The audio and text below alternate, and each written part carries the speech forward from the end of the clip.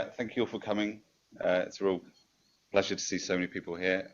I've got the absolute privilege to introduce Brent Hoberman to you, who is, well, a bit of a personal hero of mine, having been through the dot-com boom and bust myself. We almost worked together, in fact, at a company called QXL.com before Brent left to found lastminute.com. So he probably made quite a smart move. Anyway, Brent probably needs no introduction, but just to summarise the journey he's been on. Obviously, you know, I'm sure about lastminute.com and its incredible success. But he's gone on then to found Mydeco and Pro-Founders, who are an investment company who've built the likes of One Fine Stay and Made.com. He sits on the board of the likes of TalkTalk, the Guardian Media Group, and recently EasyCar.com. So he continues to be very much an entrepreneur. So if you'll join me in welcoming Brent, thank you.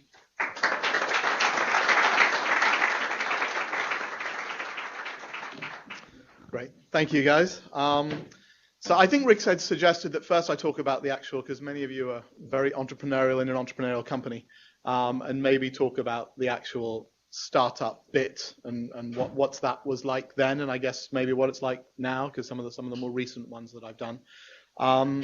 So I guess back, it was a long time ago when we started lastminute.com. It was actually, I think, 96 I had the idea for it, and the idea was based, I guess that's important too, is where do the ideas for these things come from? And this was very much based on the fact that I'm late today. I've always been late. And literally procrastination and the fact of putting off tomorrow what I could do today was a personal character trait.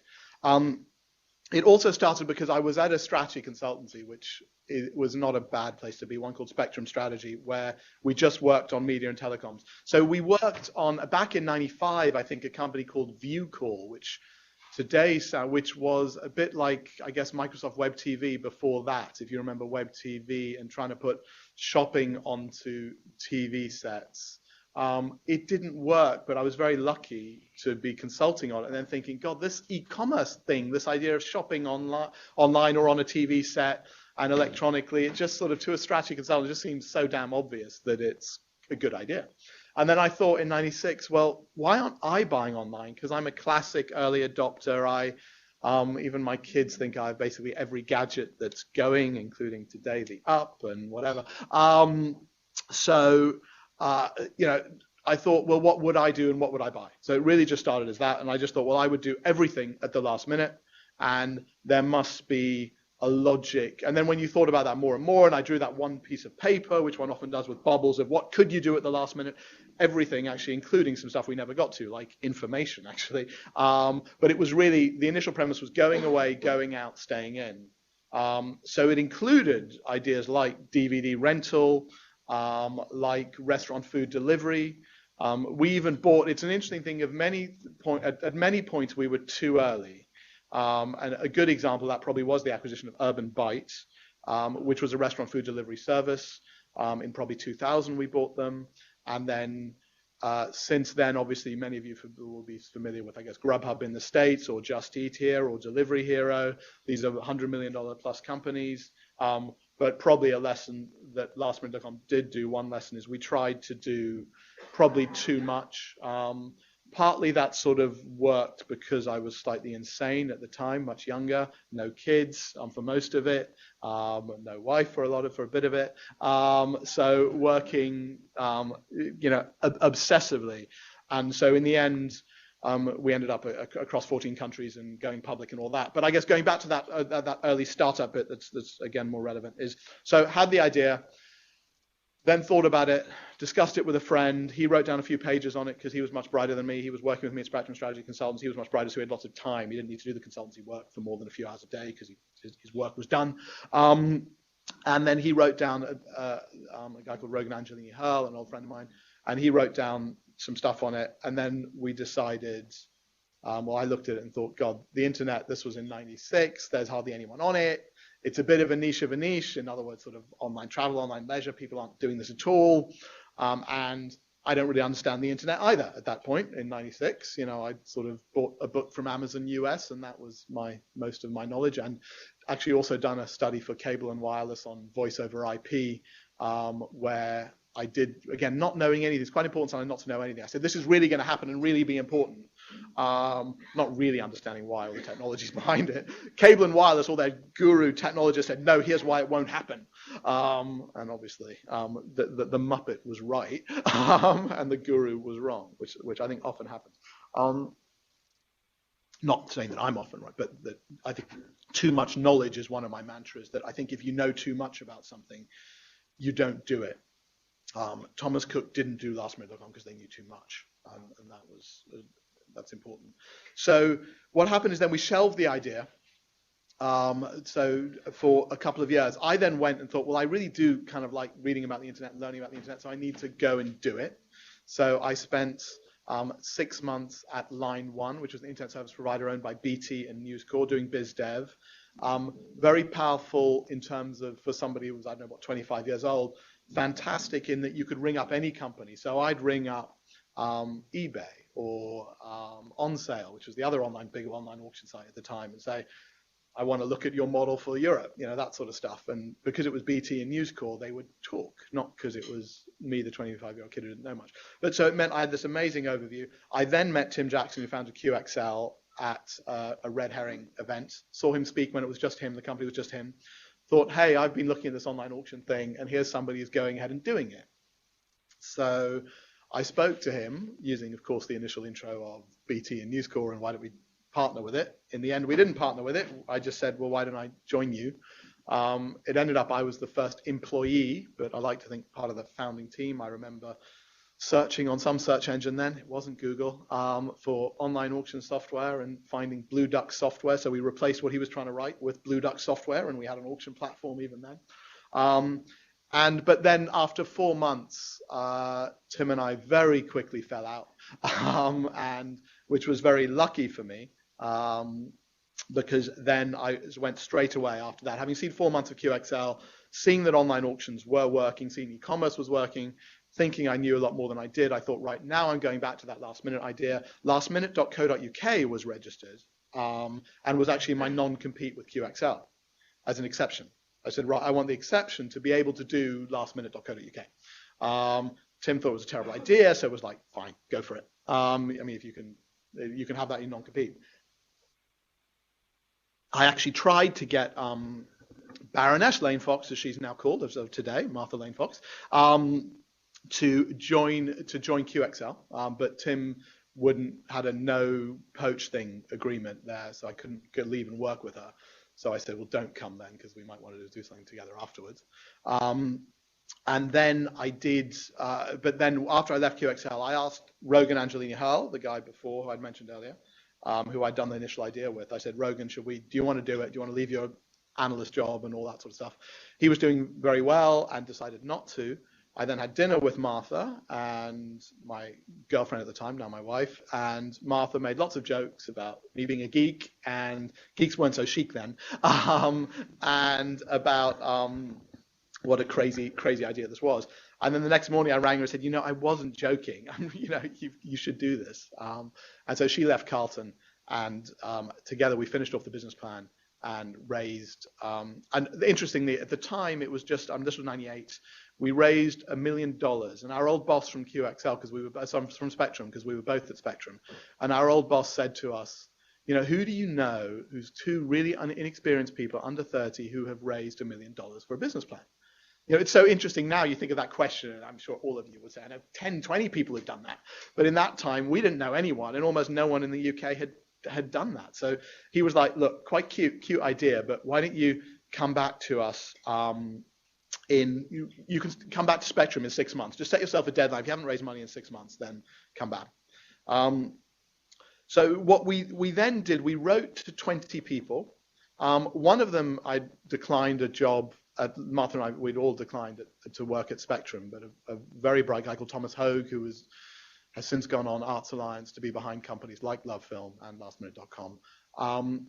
And I refound him through Planet All, which is interesting, another example of where you can be too early. Planet All was I guess, Facebook before, many, many years before Facebook and Amazon acquired it and used the team to do something else. But I refound him through that. And so we wrote to 20 people. It wasn't connections. We didn't really know them. My dad actually invests in venture capital funds in the States, but he looked at the business plan, and he hates it when I quote this, but he said, because there were lots of commas missed out and all sorts of stuff, he's a real detail guy, my dad. He said, the only person who would invest in this business plan is someone who's never read it. Which I thought was kind of damning. But he's been very, very supportive otherwise. So we sent the plan off to 20 people, including me. I remember chasing some guy down Brompton Road and saying, let me drop this in your letterbox and whatever. So of the 20 we wrote to, 10 agreed to see us and 5 agreed to invest in the end. The thing that created them investing was, Arts Alliance were a typical investor in those days where they were all HBS, very analytical, very much asking for, look, what is the number in year 3? How do you justify this assumption? And, I was thinking, I used to write business plans for a living, but I know this is fiction. So why are you worried about that assumption in year 3 now? I understand, we now as investors, how you want to see people's logic and how they work. But they were not going to get there until another guy called Tom Teichman, and I will just tell this anecdote because it is quite fun of serendipity. I had clipped from The Guardian when I was looking for a job, a little ad for a company called New Media People. And they said they did recruitment, and they also did some investments. So that clip, that piece of paper was still in my wallet.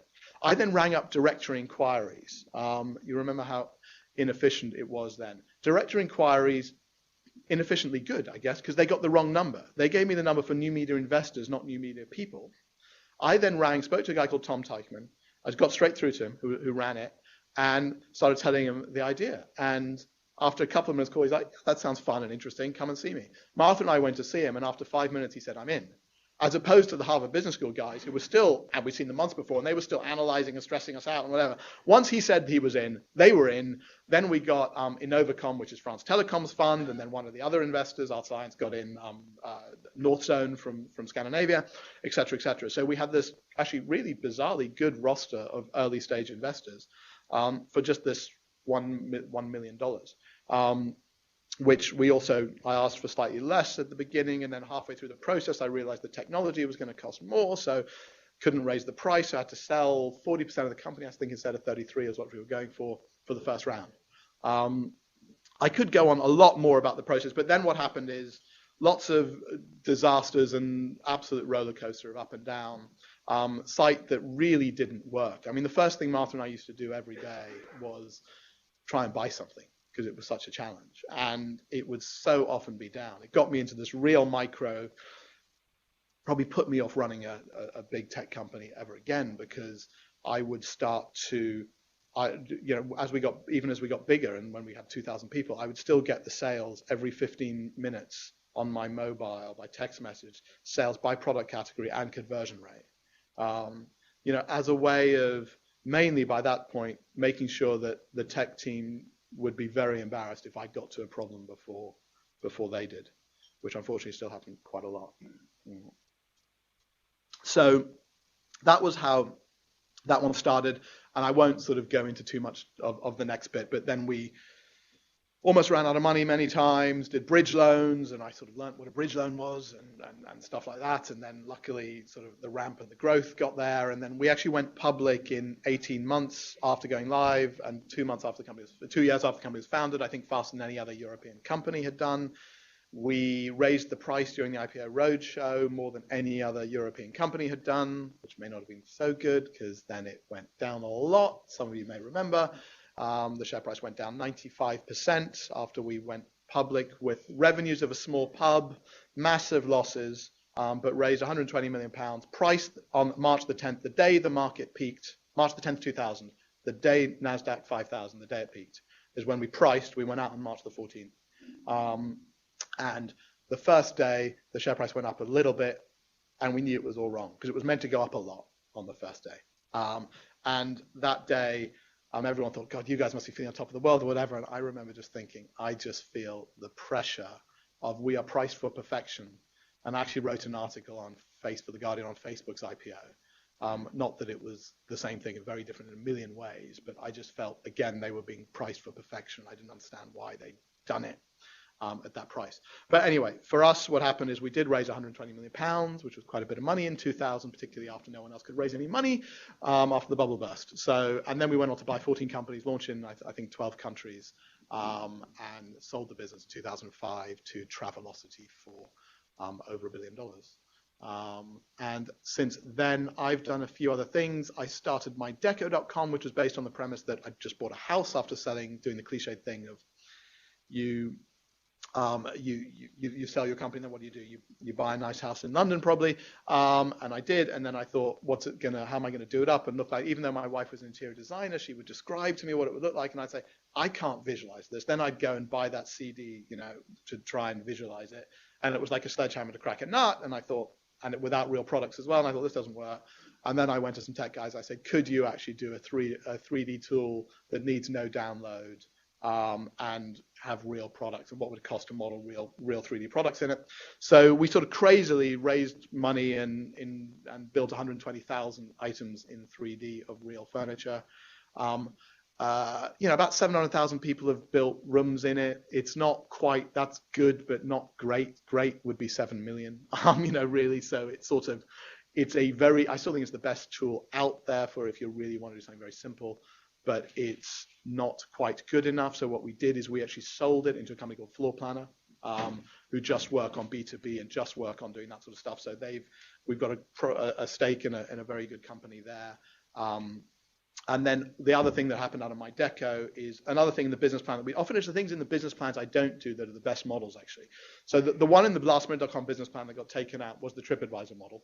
It was, why don't we have a reviews and rating site and all that sort of stuff? And a couple of people said to me, Brent, you can't do everything. Cut that bit. I don't understand. It's too complicated. Take that bit out, which was probably still the right advice. I don't think we could have possibly done one more thing.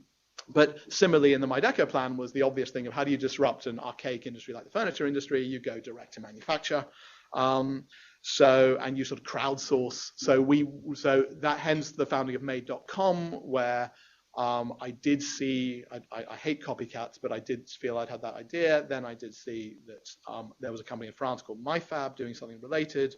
I thought I was meeting with MyFab when I finally got to the one of the founders, Ning Li, the Chinese founder, co-founder. And fortunately, when I met him, he'd just left. They'd had a little bust up at MyFab. And so I said to him, yippee, great. Let's just do this together. 50-50, I'll help. Mydeco will give you all this. You do it, and we'll raise third-party money and do it. And so that was how we did it. We then went to, so it was quite a good story of that model plus the assets Mydeco could bring. And we also, Mydeco put some people in there. Some of the co-founders came from there. So it's become a very good team. And we've raised quite a bit of money from some good investors for that business. And it's scaling nicely.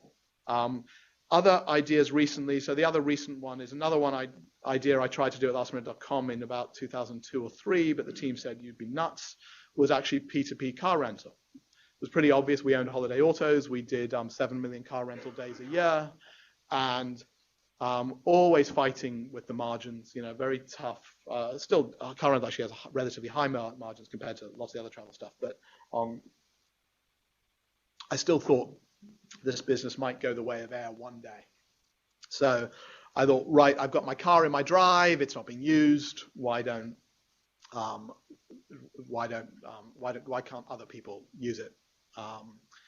And at the time, I think the key thing was that it wouldn't have worked then. So it's lucky the team said no, because basically what's changed is, I think it's Jason Calacanis who's done this big thing now on the big Sequoia question. He says is why now?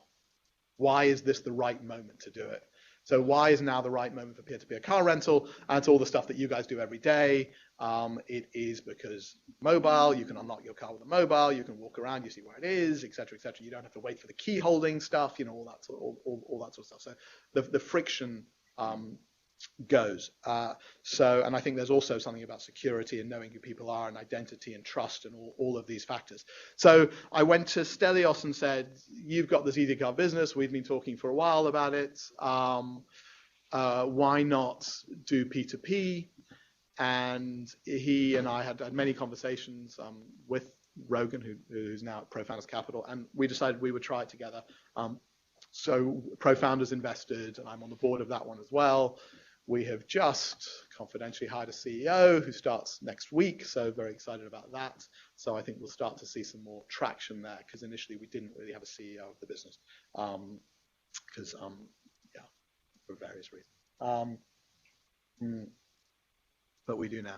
So other stuff we've done. Another investment, I mentioned the Jawbone Up, but the more I use this, the more excited I am. Don't get me wrong, I love the Jawbone guys, but the more I use this, the more excited I am with the app we've invested in, which is called Moves, because it's just an app, and it tracks, it does tracking. I know Google have actually done something similar with Google Now, I think it's called, but don't seem to be a good focus for you guys, which is good, because all the privacy guys will get at you and they won't get at me. Moves has been downloaded 1 million times in a month, and it's still very early. But it is, as I say, it's an app, uses the accelerometer, etc., to tell how many steps you've done every day, and we're very pleased with that initial launch. So that's quite an exciting one. So otherwise, we mentioned some of the boards I'm on: Guardian, Timeout, TalkTalk, EasyCast, Shazam is another one I just joined recently. And one other thing I do is a thing called Founders Forum, where we get entrepreneurs together to brainstorm, and top entrepreneurs. We've just done an event in LA where we took 80 companies from the UK to meet with the best of Hollywood. We did a brainstorming with will.i.am. I led a brainstorming with him as the futurist, as you know. He's actually very good on it. So it was really, really quite fun. And then we do next week, we're doing Rio, and then we'll do London after that. So, questions, or should I do?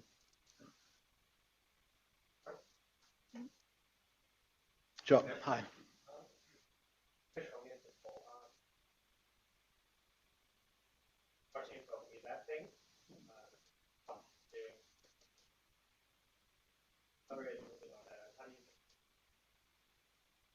Yeah. I mean, sorry. The question was, too much info can be a bad thing, and how do we cope with something like not? Yeah, yeah. Sorry, no, I've just been told. I got it. I just been told to repeat the question for the mic thing. Sorry. So I think I first try and say, and like if anyone's pitching us, I think the first thing is just, can you convince me to use it, that I would use it, that I need it, very quickly. Or if I don't need it because it's targeted at women or whatever, can you help me understand very quickly that I know lots of people who would? And it's amazing the number of, firstly, ideas that we get that don't go through that very simple, damn obvious thing. The second thing is, I do think there is, for entrepreneurs, there's salesmanship, there's logic flow, there's all sorts of other things that doing those spreadsheets do help with and validate. So I guess it's having a balance of who's in the team. So Rogan, who I mentioned on Profiles, is extremely numerate. I mean, way more numerate than I am, and just loves spreadsheets. And I'm allowed to say that publicly.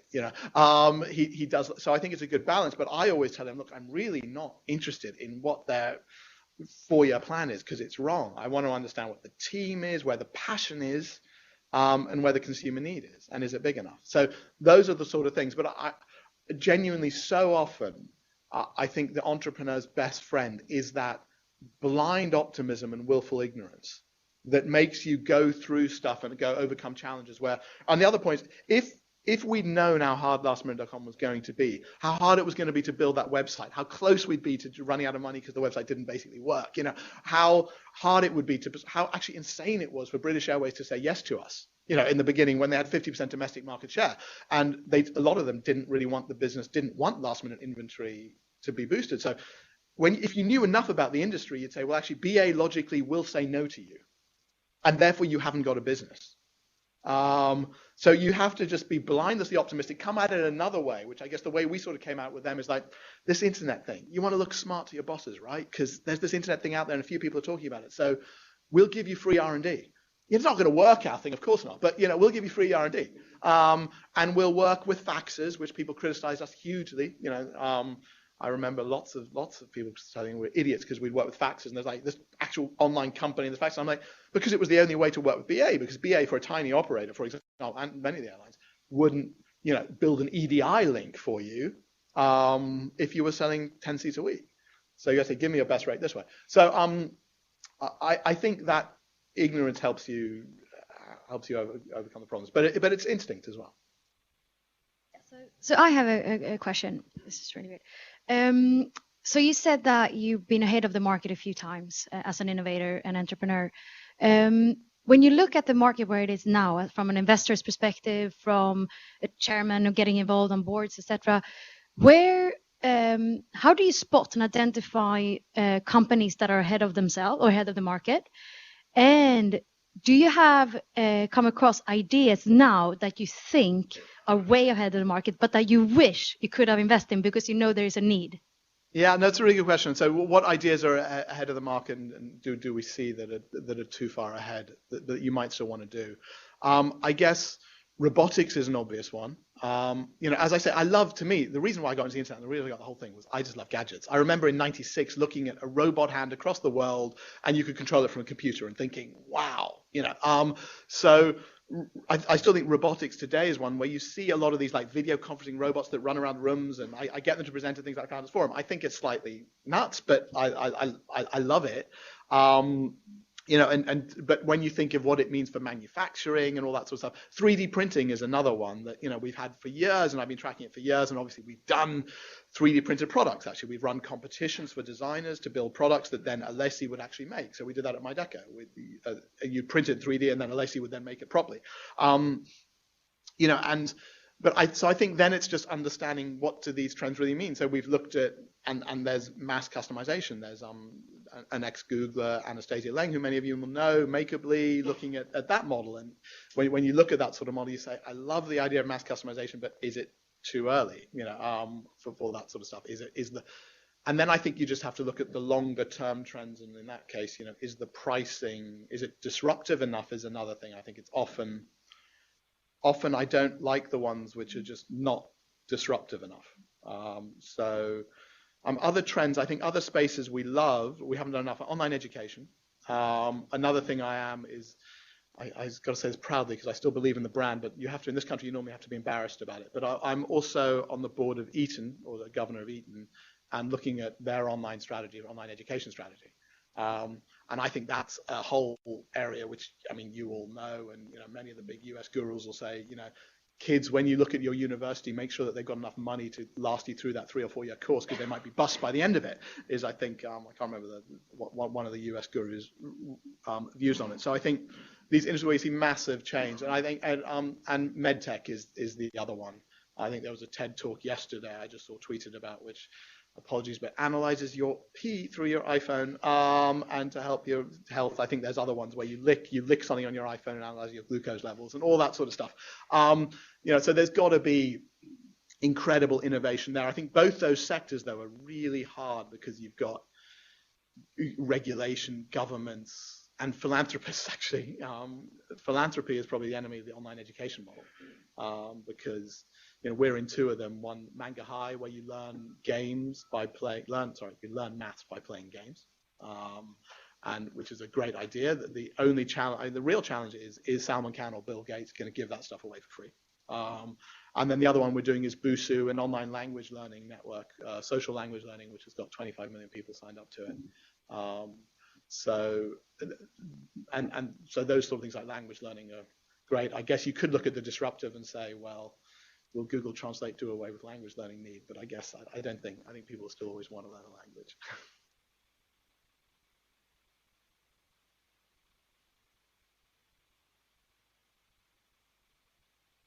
Yeah, I was wondering to what extent it's important for startups to be able to generate quickly revenue and to be sustainable quickly. Because when you look at the press, all the startups that lose a lot of money, all these companies go public, they actually they're not profitable. So I was wondering if there's other criteria or if you think the market is just wrong. Yeah, how quickly do you need to make money as a startup? I don't think I'm being too, it would be too secretive to say I went in the Moves meeting, and I could be wrong. So I had the meeting with the Moves guy, and they'd been talking about in their product pipeline doing lots of premium, the old freemium model, you give it away free and then premium. And then they said to me, look, actually, we think we validated enough of this that we're just going to go for it and not worried about the premium stuff. And I said, yippee, because I want them to have 10 million downloads before they start worrying about how to monetize it. Because monetizing from 1 million downloads of the 1% who are going to pay for whatever, it's just not worth it. And to be honest, there is something about the market. There are enough the logical thing is, if there are enough investors who will pay for traction, then you should go for traction, because otherwise your competitor's going to kill you. Because the other point is, there's a US company that wants to do what these guys are going to do, that's after them. But if they're starting to price for key features like, say, calorie counting, right? Then the US company says, yippee, I'm going to offer that for free, and and Sequoia give me $30 million. I don't need to worry about money for 5 years. So I think you've also got, there's the competitive dynamic. Of course, I understand profit and all that sort of stuff, and I understand it's a good thing. And if you have one of those rare business models that you can do it all, fantastic. But I think if the market's going to pay for traction, then somebody else is going to get paid for that. And you're going to limit your traction if you're trying to eke too much money out before you're big enough. And it's not enough money anyway when you're small that it's worth worrying about. Yeah. But equally, we have other businesses like Made.com, which we run much tighter. We're not at the old Buy.com model where we try and, or Zalando, dare I say it, where we try and lose money on every incremental sale. But we do still pay a lot of attention to lifetime value. In other words, do we have to make money on the first sale?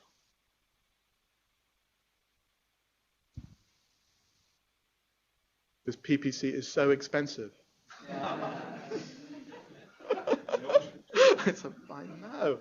I'm glad that Graham from Cubitt's explaining to them, or that they're all Muppets, if you've read his article. Hopefully that will depress PPC prices, and some of us will be happy. Hi, Brent. Thanks for coming in. You talked briefly about your role as an educator and evangelizing computer science. When do you think computer science will become part of the core curriculum alongside English, math, and science? Because I think it will do. It's funny. It's a really good question about computer science being core part of the curriculum. Weirdly, and I was having a discussion with Sherry Kutu, who some of you will know yesterday, actually, because Sherry is doing something which Google will probably be involved in, I think, to encourage people who have studied STEM to talk to schools and excite them about that career choice. I think people like will.i.am can do a lot more than me. You know, him going and saying, I'm going to study programming, and this idea of geek chic I alluded to earlier. You know, I think people like that saying, and there's Christian Hernandez tweeted it yesterday. There's a code.org video out on the web now with Gates and people and basketball players and whatever saying coding is cool. However, from my ignorance point of view, I actually didn't code. I coded in BASIC when I was 12 or 13 and wrote some basic games in BASIC. Very basic. I wasn't that good at it. I did it, fortunately, with another guy who was much better. But I don't know what he's done. You know, so my view is I actually went and studied weirdly. I did French and German literature and went to Oxford, where, to be honest, I think the only thing I really learned that was useful was being taught to think laterally and to cram incredibly. And to analyze huge amount of information between midnight and 3 a.m. the night before, you know, very quick. So I think those sort of skills actually are also very useful. However, yes, I still think learning kids to code, but I'm not so obsessed that I have a 10-year-old daughter, and I haven't, at school they have pushed, and I've helped them push Coder Dojo or one of those into the school. But my daughter didn't want to do it, and I didn't push her to it. She's definitely good on playing apps, but less on. So I don't think it's key. I think the other interesting point about this is going back to. Sorry to sound like a starstruck about will.i.am, but the other thing he's added that I thought was very interesting, that he is on this campaign to add to STEM. STEM is now STEAM. So I don't know if you guys have come across this expression, STEAM. So STEAM is where you add the A into STEM. So you say it's not just STEM. You need to put arts into there as well. And that's really what kids need to learn. And I think that'll give you the creative element and I guess if people want to talk about, I guess they mentioned Jack Dorsey and Steve Jobs as the sort of brain that have the right brain, left brain. And so I think that saying bits of both sides are good. But I think the key thing actually for kids is to do whatever they're most passionate about and what they're best at.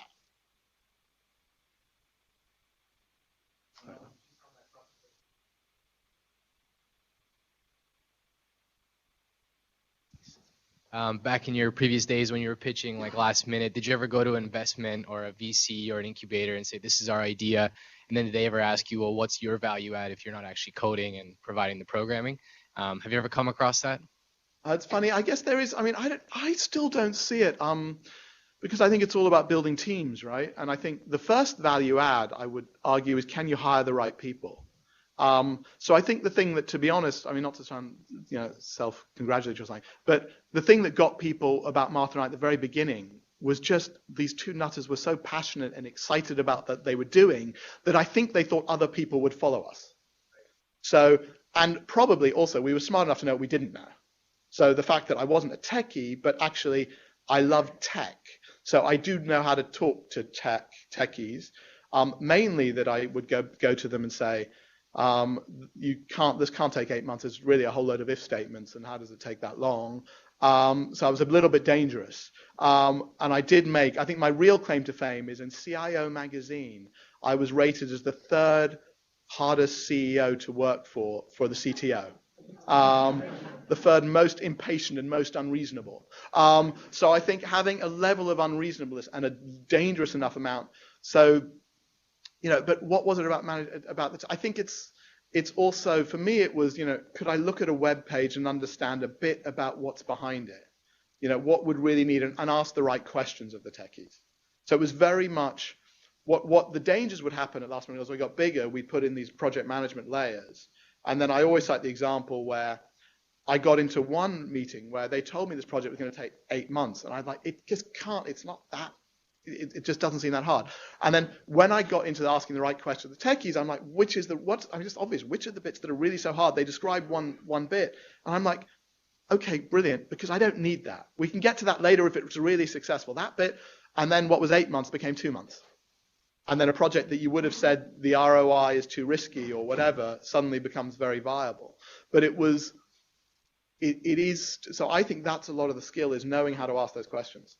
And the problem with bigger companies, you get lost between all those layers.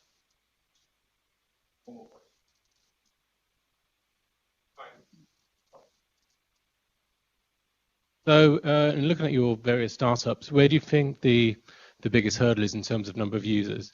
Is it from 0 to 500, 500 to 1,000, or 5,000 to 1 million? Where's the biggest sort of challenge?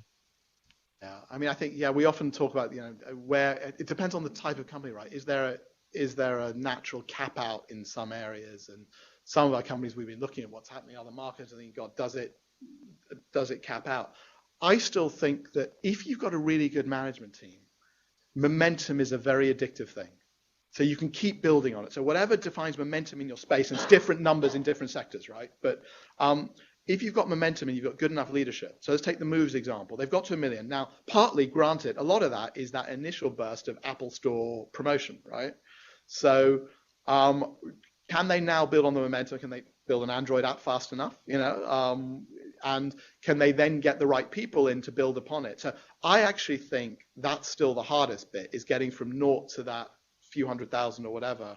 And that's the bit why I'm most relieved. I still think there'll be a time now where that will probably flatten for a bit. But I think during that time, they'll have enough of a validation story to get more great people, to get more great investors, and to take it to the next level. Thank you. Thank you very much, Brent.